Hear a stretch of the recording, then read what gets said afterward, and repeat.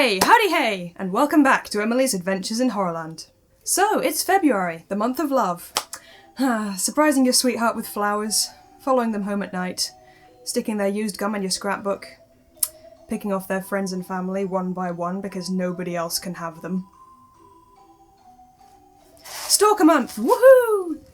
Now then, stalkers, along with serial killers, are oftentimes a staple of horror movies and psychological thrillers, so I thought it would be interesting to make a study of them over the next 4 weeks. Now obviously it goes without saying, I don't condone stalking any more than I condone slaughtering teens on their prom night or chopping people up with a machete. Still, this month I'm going to try and discover what makes my chosen characters so effectively frightening. Today's film is 1 Hour Photo, starring the late great Robin Williams, would you believe? The story of one man whose life is so empty that he chooses to view it through the lens of someone else's camera. I hope that made sense. The story begins with Seymour Cy Parrish being arrested for some unknown crime. We then flash back and see him at his place of work, waxing lyrical over the second love of his life, photographs. People take pictures of the happy moments in their lives. No one ever takes a photograph of something they want to forget. Well, some people take pictures of things they'd rather forget. But anyway, Cy presently goes to greet the first love of his life, the Yorkin family. He chats pleasantly with them, but there's clearly something a little off about him. The kind of person my darling sister would call an awkward man with awkward plans. Later that day, Cy walks out of the store into an eerily lit car park. Looks like aliens tried to break into his car again. And he's made a copy of the Yorkins' photos. Aw, isn't that sweet? His only friend is a hamster. Ah well, I'm sure he's harmless. Perfectly normal, nothing to worry about. Hoo boy, there we go. Well, that explains why he upgraded Mrs. Yorkin's photos from 4x6 to 5x7. You gotta make those things tessellate. Bah! Now, whereas serial killers in films often favour a scrapbook, they and stalkers may also have a wall of crazy just to show how obsessive and unstable they are. It's kind of odd in this case because, well, photos are something you can very easily put into a book. They're called photo albums. You know, they got plastic wallets already in there, there's no Pritt stick required at all.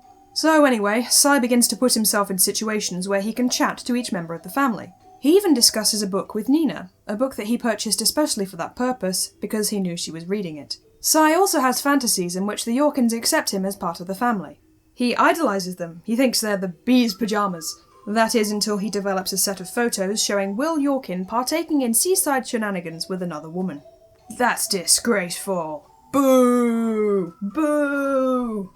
Things get even worse when Cy's horrible boss fires him due to discrepancies in the click count. Basically, these guys are unaccounted for and Bill's not pleased. So if you could just go ahead and pack up your stuff, that would be great.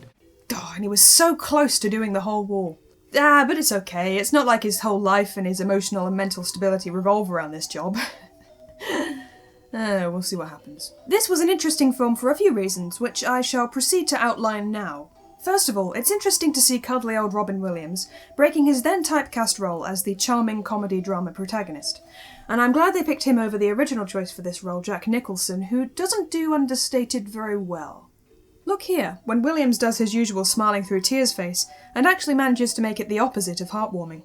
Did I mention this part got him nominated 5 times for Best Actor? Yeah. Williams not only makes the character appear obsessive, pedantic and creepy, but also sad and piteous. The rest of the characters don't have nearly as much depth. Just look at this uninspired argument between Mr. and Mrs. Yorkin. I'm just asking you. What do you think, there's a money fairy that comes and slips an envelope under my pillow every month? Do you even believe what you're saying? What? You're an emotionally neglectful husband. And you're an emotionally neglectful father. So, how dangerous is Cy the photo guy? Well, not so bad at first, but after his whole world is shattered, things get a little more troubling. Bloody hell! You could slice through 2 miles of jungle vines with that thing. Let's get more specific. One psychology tome I read breaks down stalkers into 5 different types, and these types are widely referenced, so I'll put a link down there for you if you want more information. I think Cy comes closest to the intimacy-seeking stalker, as he wishes to become part of the Yorkin family. He thinks of them as special, gives them preferential treatment, and actively pursues a relationship with each one of them. However, once he snaps, he becomes more of a resentful stalker. He wants to make Will pay for his wrongdoings, i.e. fooling around with Maya. He views Will as a bad father, much like Cy's father was to him. There's some overlap with the predatory stalker, as it all culminates in a physical attack. There's one more point to be made here. Is this film in fact a horror, Or is it more of a thriller? Well, there is some overlap between the two genres. Thrillerland is right next to Horrorland, but it has less monsters and more car chases. And apparently their zombies like to dance.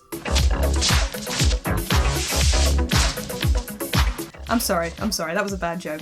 It's a little hard to justify this as a horror film because horror films are usually from the perspective of the victim protagonists. Sometimes they play around with this, of course. Just look at The Fly. But generally they have some agency in the narrative. They make unwise steps that lead them to the monster. Cy just kind of happens to the Yorkin family. For God's sake, Cy, fix your windshield. Of course Autoglass will replace the windscreen for you, but that'll cost you insurance excess. Also, there aren't that many scares in 1 hour photo. There's a creeping sense of foreboding, and even a jump scare dream sequence, but it's still not quite there. Personally, I think this is a thriller film with horror elements, and Cy himself could be classed as a horror antagonist. I mean, Hannibal Lecter frequently appears in other people's lists of horror icons. So, Cy does terrible things to Will and his girlfriend, and then heavily implies that he was forced into child pornography by his own parents. Personally, I didn't like this bit for the same reason I didn't care for the expository conclusion of Psycho. Hey, I've watched a fair few horror films now. All the better to reference with, my dear. There's a lot to like about this film. The cinematography's nice, the Stalker character is multifaceted, unbelievably creepy, the score is understated and menacing, and I could even pick up on some subtle colour symbolism. White, white, everything is white and blank and empty like his excuse for a life. Seriously, you could develop photos in that kitchen. Put up a few paintings for God's sake, maybe a photo of the hamster. His only friend. Oh well, it's a pretty decent film, and for all the reasons I just mentioned, I'm going to give this one 7.5 jam sandwiches out of 10. Thank you very much for watching, and I'll see you next time. Cheerio.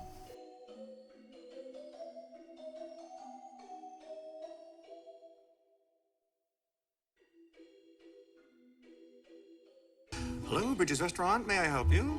Yes, my name is Daniel Hildred. I believe Mr. Lundy is expecting me for dinner. Will you tell him that I'm running a little late? I was caught in traffic, but I'm on my way.